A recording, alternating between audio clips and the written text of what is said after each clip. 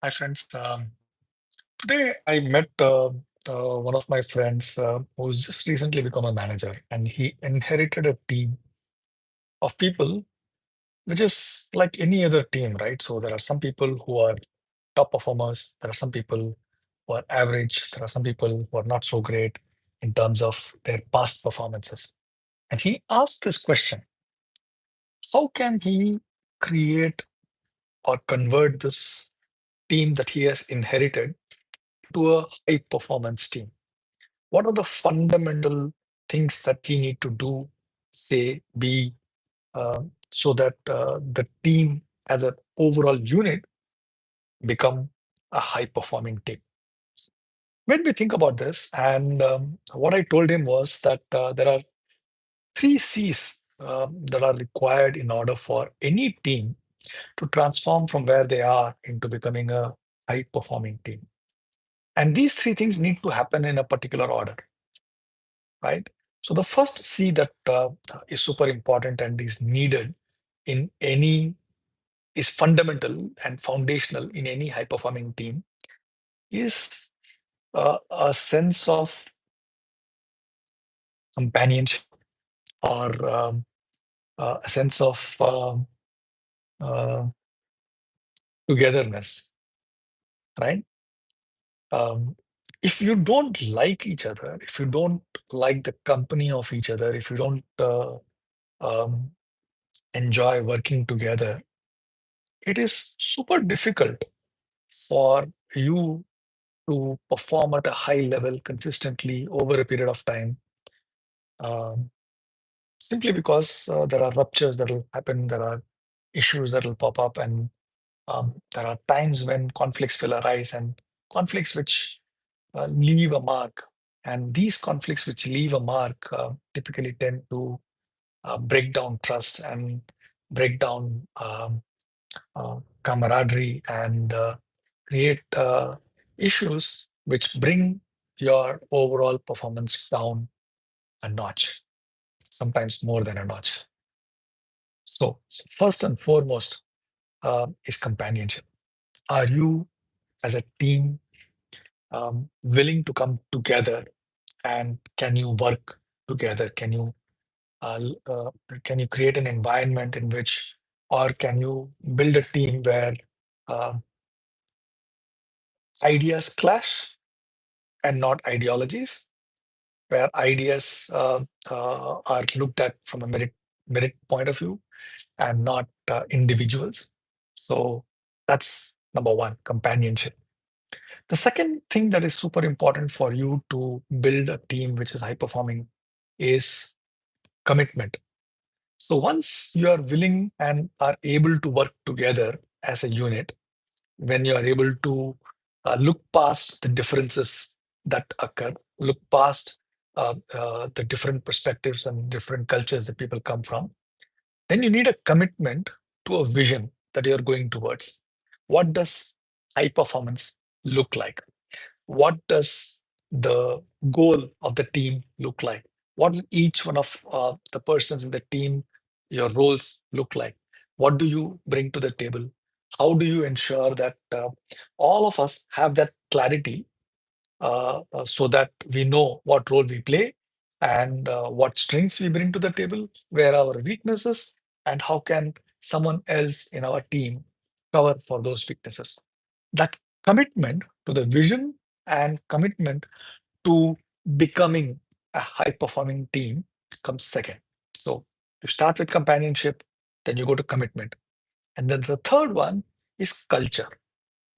It is not enough to have a commitment to high performance. It is not enough to have a vision of what high performance looks like.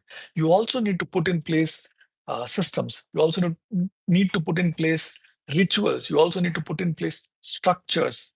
You also need to put in place processes which enable you to consistently perform at the high performance level. So as they say, you don't rise to the level of your ambitions, you fall to the level of your systems. So, being able to put in place these systems, put in place these structures, put in place the rituals, put in place the uh, uh, Symbolism, what do you promote? What do you highlight? How do you resolve conflict? How do you, look at working together and anticipate some of the challenges that could potentially come up and already decide how you will overcome those challenges? That is the role of a leader, which is to anticipate all of these things, which is to understand how do you build the companionship and put in the effort. This is where the ability to facilitate conversation comes in. This is where your ability to identify the different kinds of personalities you have in your team and what makes all of them come together. What could that joint vision be, which could ensure that you are willing to work together and to commit to, right? And once you have that commitment to a particular vision, to what high performance looks like, you need to put in place all the different things that are elements of culture in place so that high performance is what is the default for your team. And when high performance becomes the default, then um, being able to deliver high performance consistently over a long period of time becomes possible.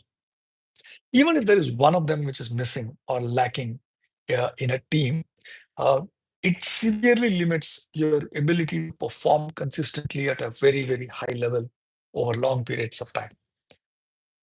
And that is what high performing teams are, which is not just once, not just twice, not just at a particular point in time.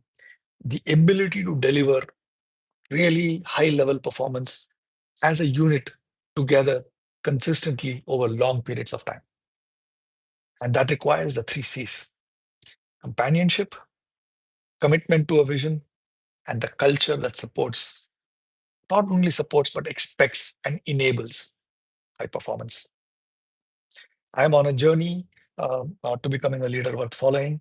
And if you want to become a better leader, if you want to become what I call as leader worth following, follow along, subscribe to the channel.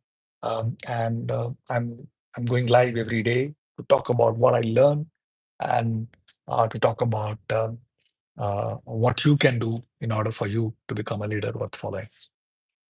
The friend that I spoke to you about, he said that he's going to try and figure this out.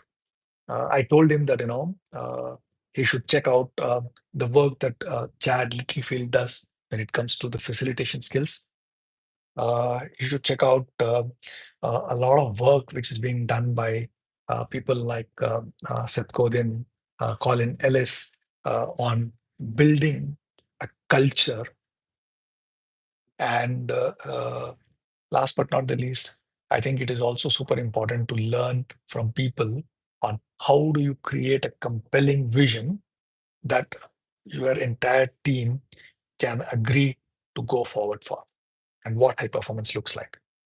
Um, many thought leaders who do that. I personally believe that Sid Godin does it phenomenally well. I also feel that uh, I have written a lot about this as well. So if you've not checked out my blog, do check it out. You can go to rmukeshgupta.com. The link will be on the description as well. Um, and here is to um, all of us going on a journey to becoming a leader worth following. Think about it. Take care and talk to you tomorrow. Bye bye.